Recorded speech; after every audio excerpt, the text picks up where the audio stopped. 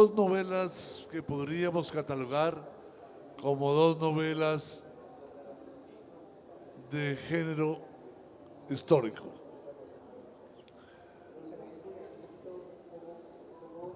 Bienvenido, José Luis.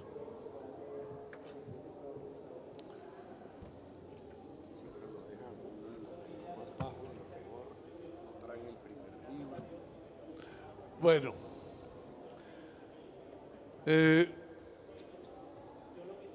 dos novelas de dos mundos completamente diferentes.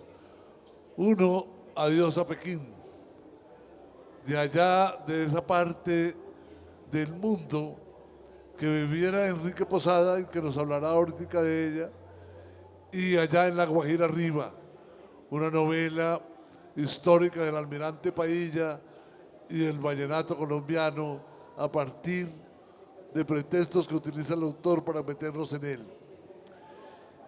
Y tenemos la segunda entrega. Se agotó completamente la primera entrega del Escritor y sus demonios. José Luis desafortunadamente llevó un montón de gente para que compraran los libros y se llevaron la primera parte y se agotó, ¿no, José Luis? Esta es la primera parte que José Luis siempre la ama más porque es la historia un poco de los escritores metidos en el alcohol. Y entonces hoy tenemos la segunda entrega.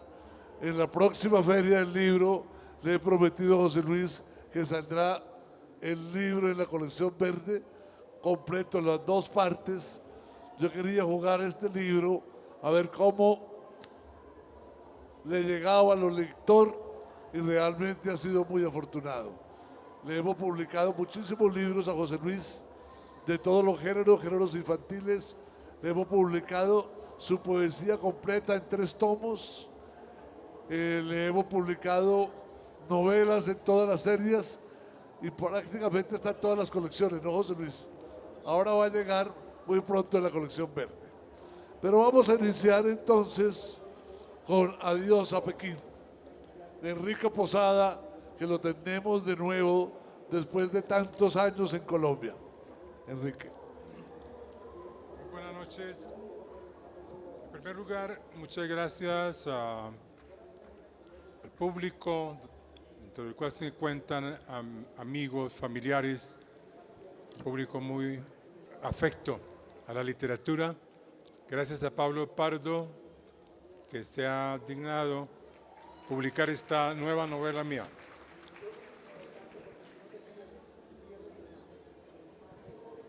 Como escritor empiezo muy joven en Antioquia, con Los guerrilleros no bajan a la ciudad, que tuvo bastante éxito y que fue catalogado por algunos críticos como los primeros cuentos que situaban la violencia en la ciudad. Siempre había estado la violencia vista desde el campo. Luego viene Las bestias de agosto, una novela corta. Después me voy a China, años 65. Yo hablo a los alumnos como de prehistoria. Cuando China estaba completamente aislada del mundo, bloqueada por los 4 costados, me embarco con mi familia, con 2 niños, una esposa. No sabía cuánto iba a ganar, sabía dónde iba a trabajar, pero no sabía dónde iban a estudiar mis hijos. De ahí parte una historia de vida bicultural entre Colombia y China y una relación con el pueblo chino muy intensa, hasta el punto de que afirmo que puedo escribir, he sido capaz de escribir, no sobre los chinos, sino desde dentro de su espíritu, desde dentro de los chinos.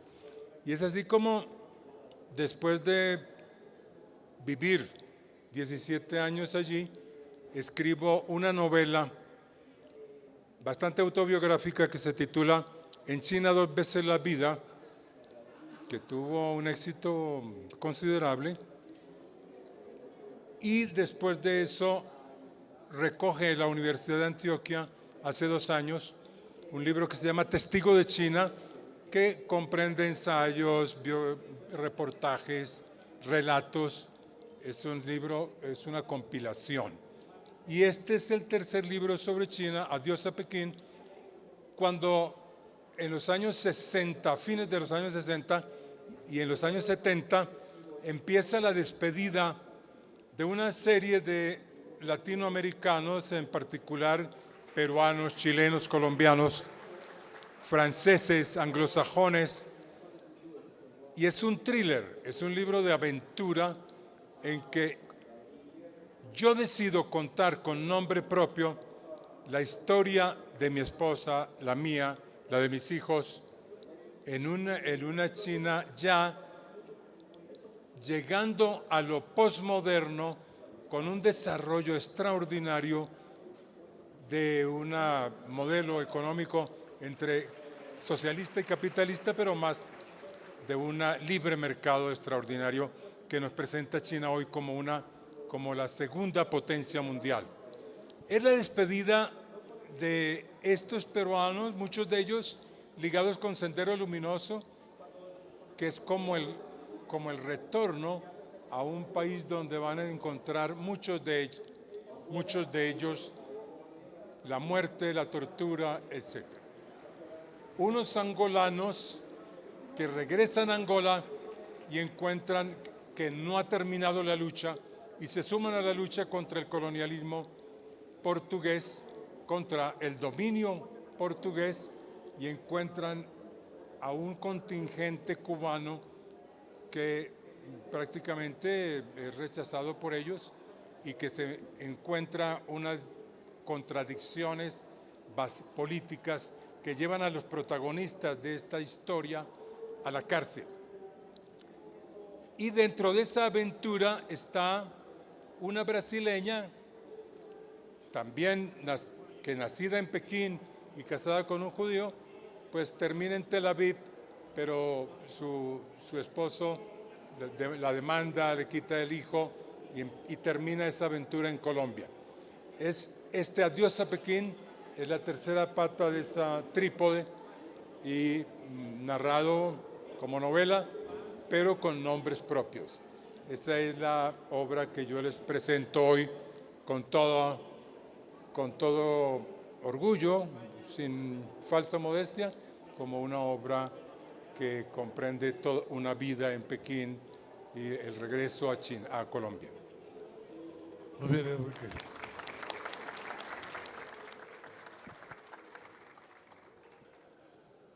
Continuamos con la otra novela histórica.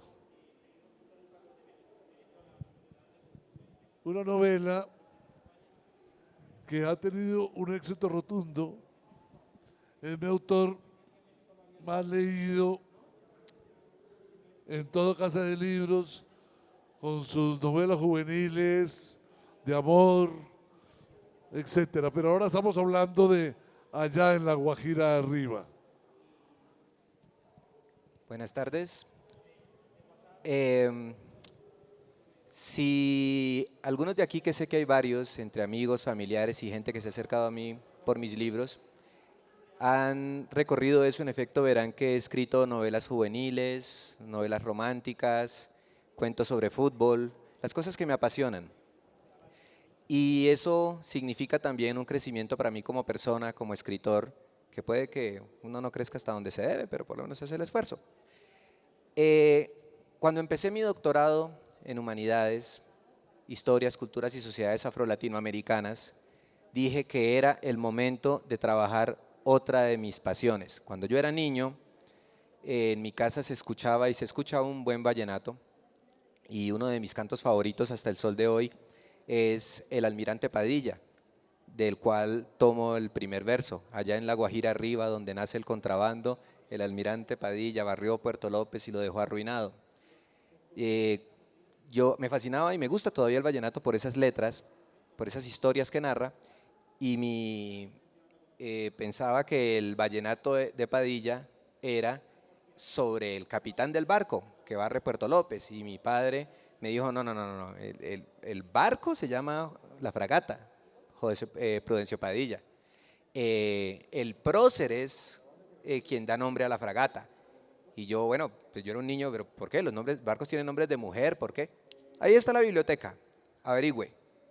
Y eso es lo que he hecho toda mi vida con las cosas que me ha gustado. Todo lo que yo estudio, todo lo que he hecho, yo soy un ratoncito de biblioteca, se me ve que no he trabajado nunca en la vida, yo no he salido de la biblioteca.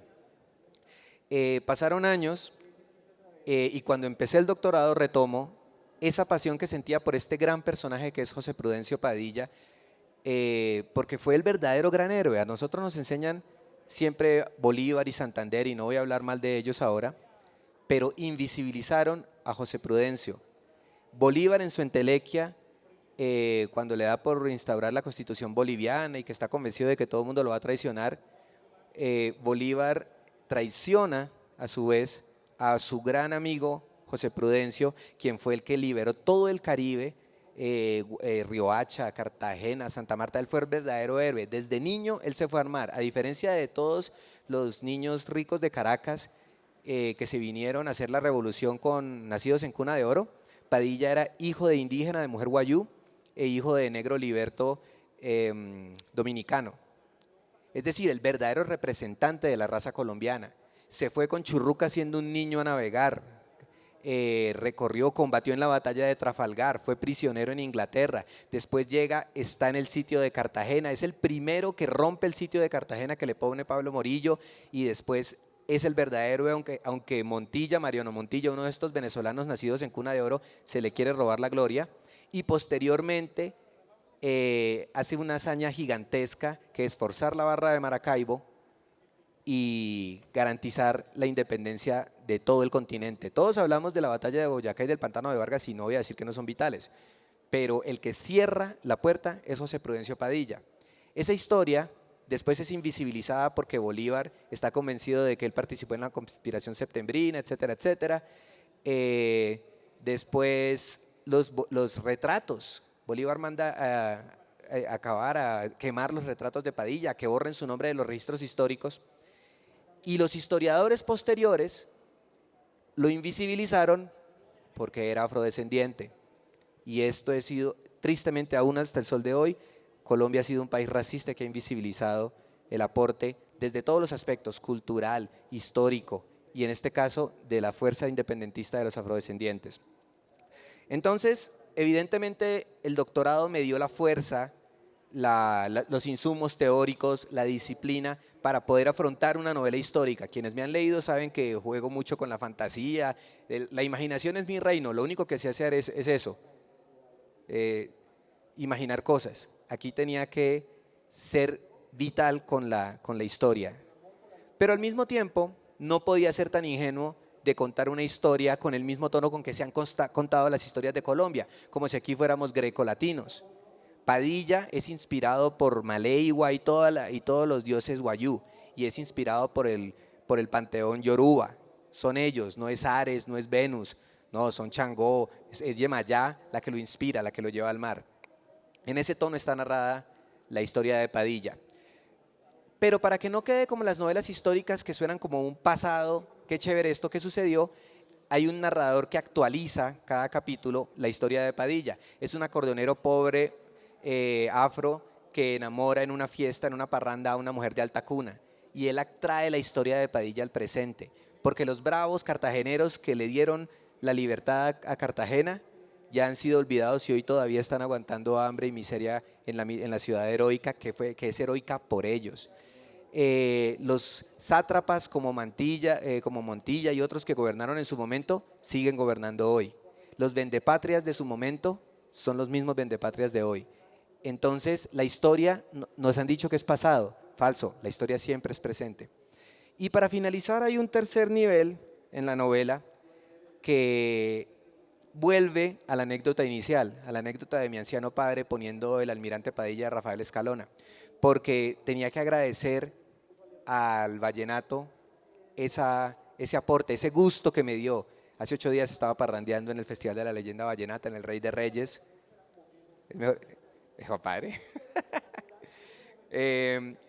Entonces, en un tercer nivel de la narración está la historia de Rafael Escalona junto con Silvestre Socarrás contrabandeando hacia la Alta Guajira, y están las historias del Chevrolito, la historia del Paraguachón, la historia de todos estos cantos de Rafael Escalona, y sobre todo la gran tragedia de Silvestre Socarrás, que da origen a ese canto hermosísimo, mi favorito, El Almirante Padilla, y que cierra toda esta historia. Para concluir entonces, evidentemente los invito a leer la novela.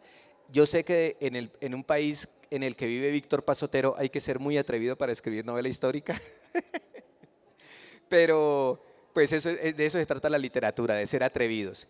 Y me tomé un par de atrevimientos en esta novela. Por ejemplo, no hay una sola fecha, porque no quería que se pareciera a esos libros de historia y que estuviera pirateando simplemente libros de investigación. No, quería que fuera la vida, la fuerza. Y segundo, muchos lectores incluso me dijeron, y para mí me llena de alegría eso: oiga, usted me puso a investigar sobre esos dioses Bantú, Yoruba, yo no sé cómo es, pero me puso a investigar. Y yo, excelente, genial, porque eso es lo que somos y lo que nos han invisibilizado. Y por supuesto, el último comentario que haré, porque es el que más quiero, porque me remite a mi niñez, amigos, escritores de talento enorme como Benur Sánchez, que me dijeron: oiga, a mí no me gustaba el vallenato, pero gracias a usted me puse a oírlo y me ha gustado. Jóvenes, entonces los invito a esta novela y por supuesto a la de mis amigos y colegas. Muchas gracias. Me va a tomar unos minutos, José Luis. Versiones. Diego Raúl Rodríguez Hostios. Es una novela. Voy a leer la biografía del autor. Bogotano, preso no detenido. Para vivir su libertad escribe, da clases, dirige un grupo de teatro, hace investigación penitenciaria, etnográfica. Lleva a cabo el proyecto Correo de la Libertad en la cárcel de la Esperanza de Guaduas. En su vida anterior era profesor de inglés y de literatura. Hoy vive. Por supuesto entenderá por qué el autor no vino.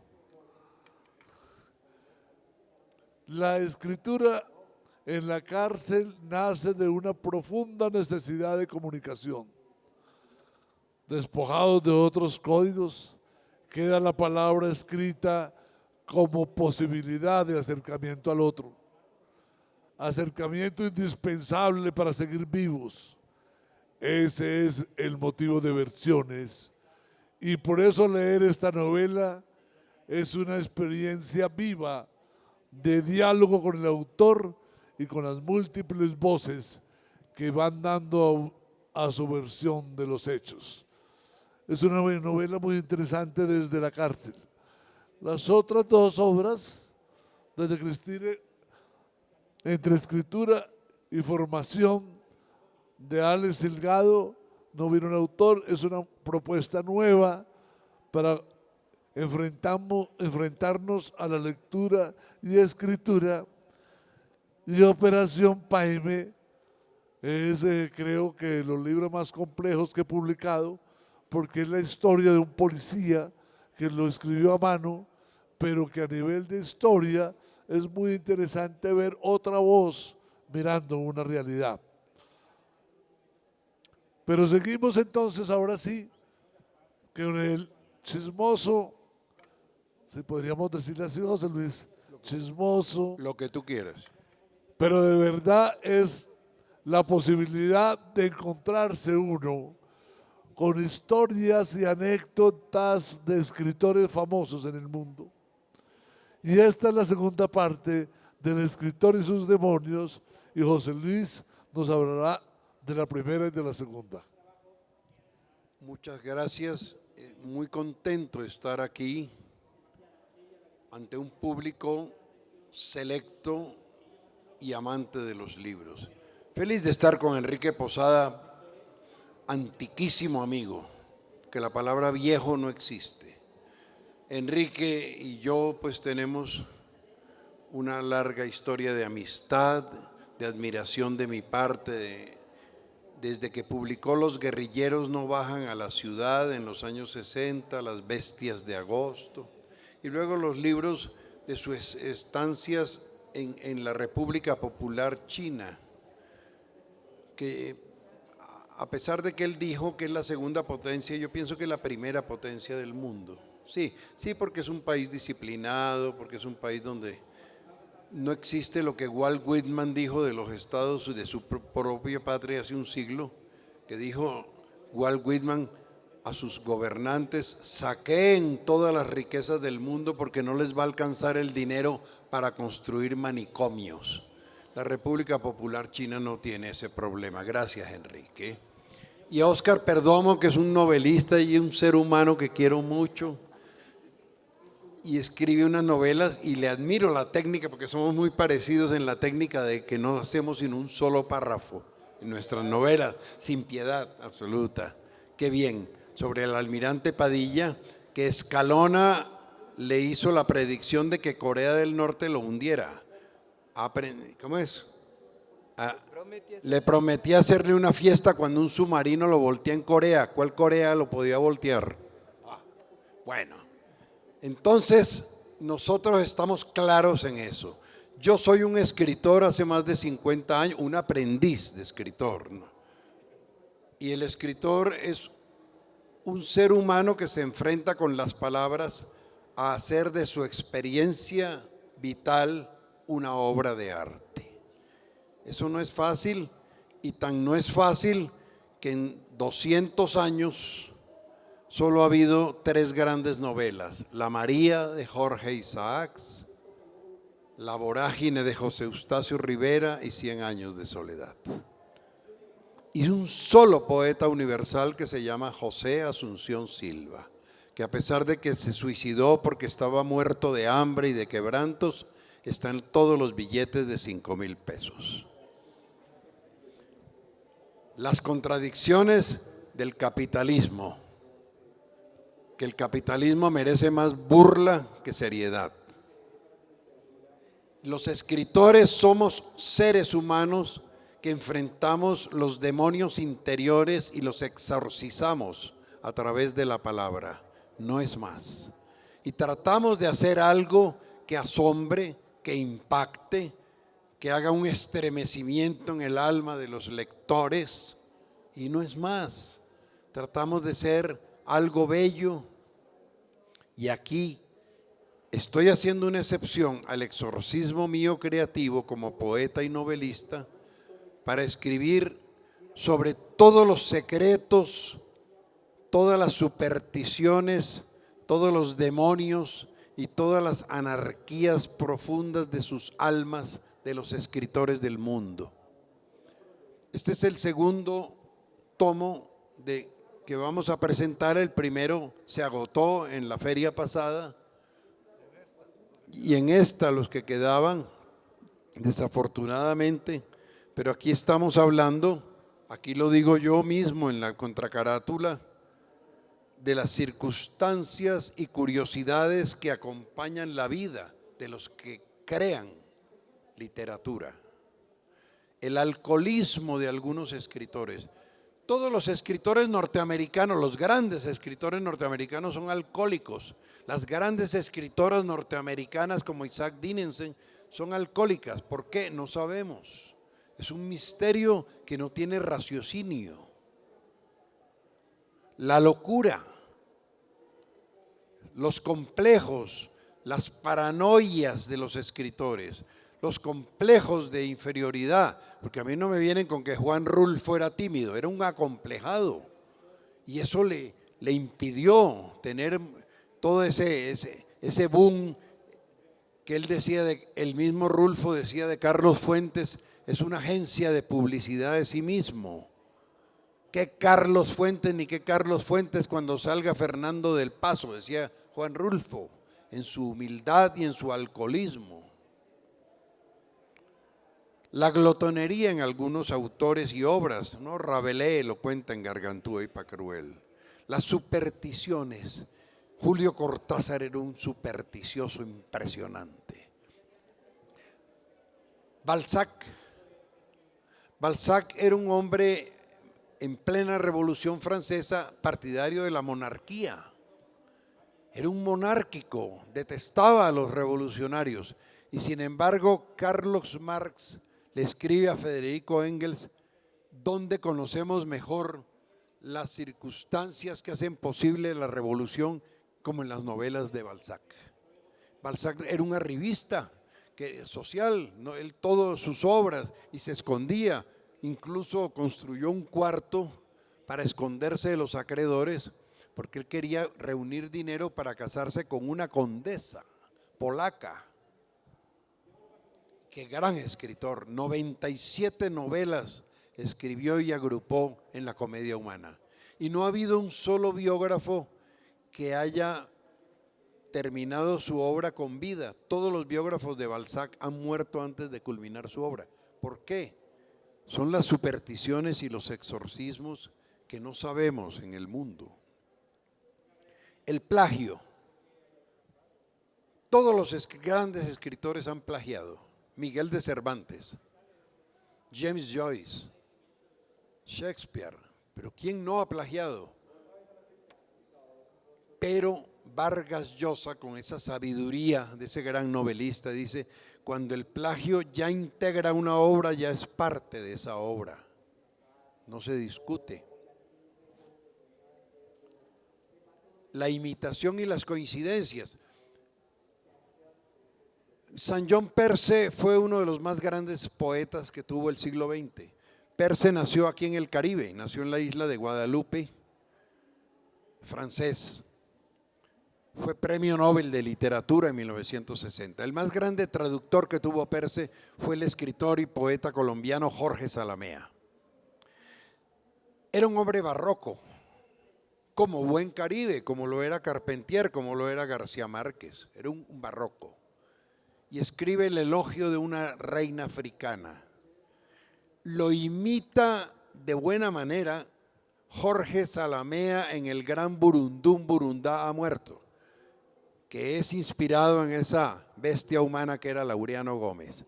Y lo imita Gabriel García Márquez en Los funerales de la mamá grande. Ese estilo barroco, elocuente y discursivo. Y ahí están las grandezas. Los políticos se olvidan, esos van para la basura de la historia, pero lo que queda es el arte. ¿Quién se acuerda quién era el presidente de Colombia cuando Silva escribió El Nocturno? ¿Quién se acuerda quién era el rey de España cuando Cervantes escribió El Quijote? Esas son circunstancias, lo que queda es el arte. Entonces, aquí está en este libro que estoy presentando hoy, esas circunstancias. El plagio, la imitación y las coincidencias, las envidias, los celos literarios entre un escritor y otro.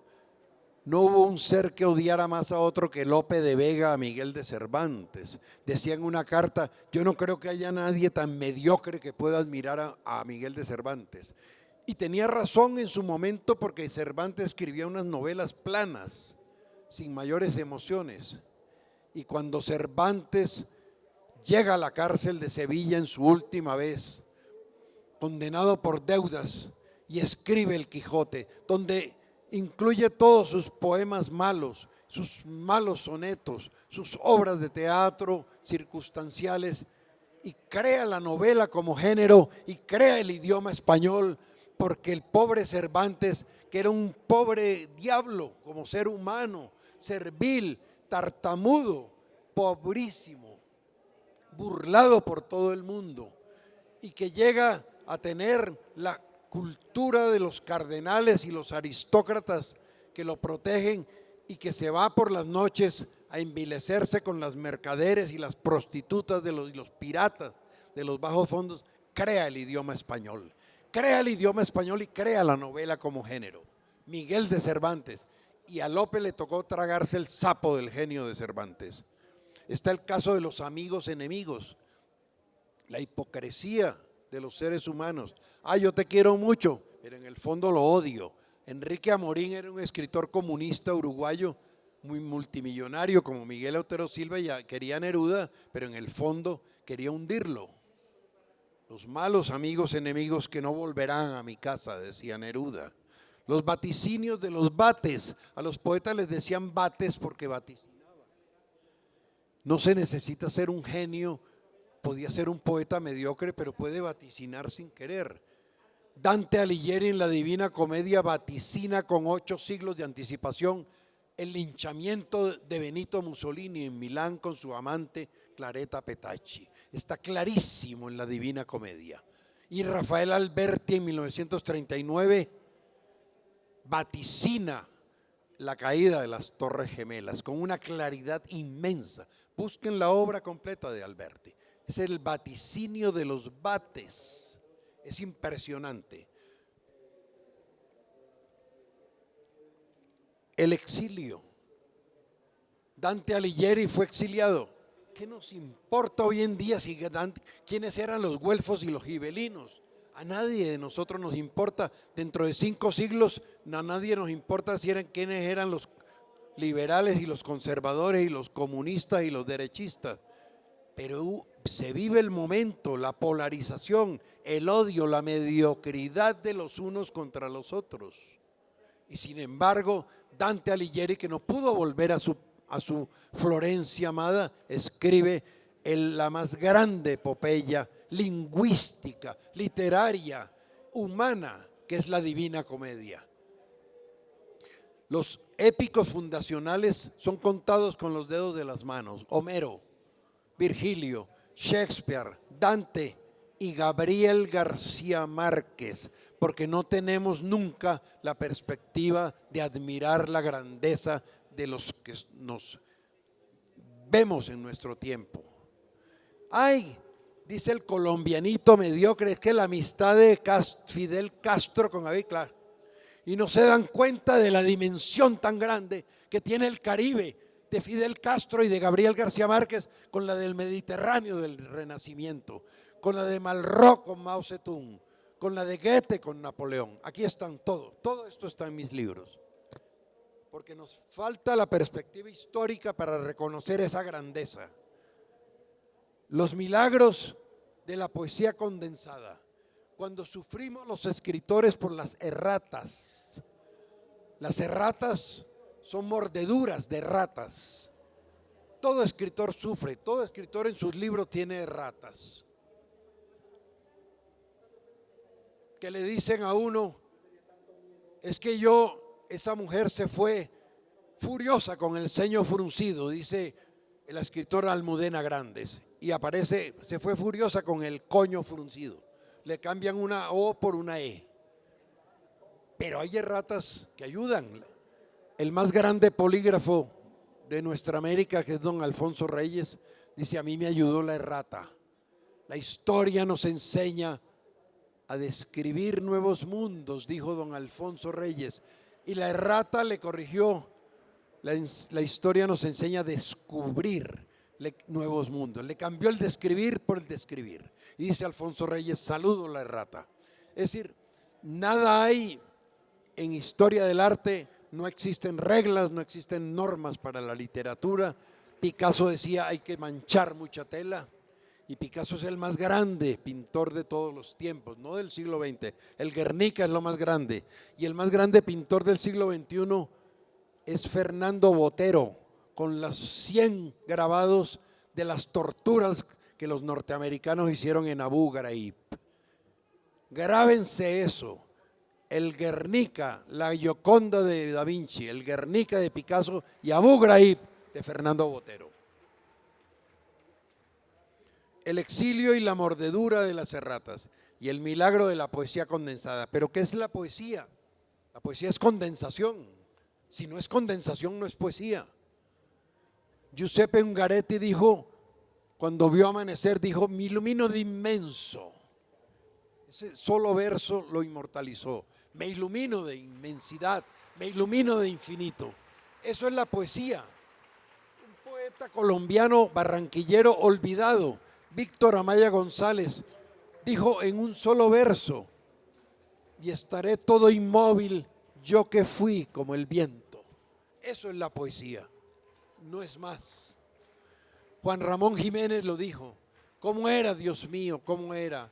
Oh corazón falazmente indecisa, era como el pasaje de la brisa, como la huida de la primavera, tan leve, tan voluble, tan ligera, cual estival vilano sí imprecisa, como la orilla que se muere en brisa, van en el aire igual que una bandera. Bandera, sonreír, vilano, hilada. Primavera de junio, brisa pura, qué loco fue tu carnaval, qué triste. Y todo tu reír trocóse en nada. Memoria ciega abeja de amargura, no sé cómo eras, yo que sé que fuiste, Juan Ramón Jiménez. Estos son los muchos de los demonios literarios que quiero hablar aquí, de los escritores que no escriben. Es un drama, el infierno exquisito de la esterilidad de los escritores. Los escritores que tienen que escribir escritura extraliteraria. Ese es un breviario de consulta que se llama El escritor y sus demonios. Yo aspiro y le pido, porque los escritores vivimos bajo la dictadura de los editores, que lo editemos en un solo tomo el año entrante, querido Pablo, que es un editor que quiero mucho. Muchas gracias. Palabra que sí. Bueno, les agradezco muchísimo su asistencia.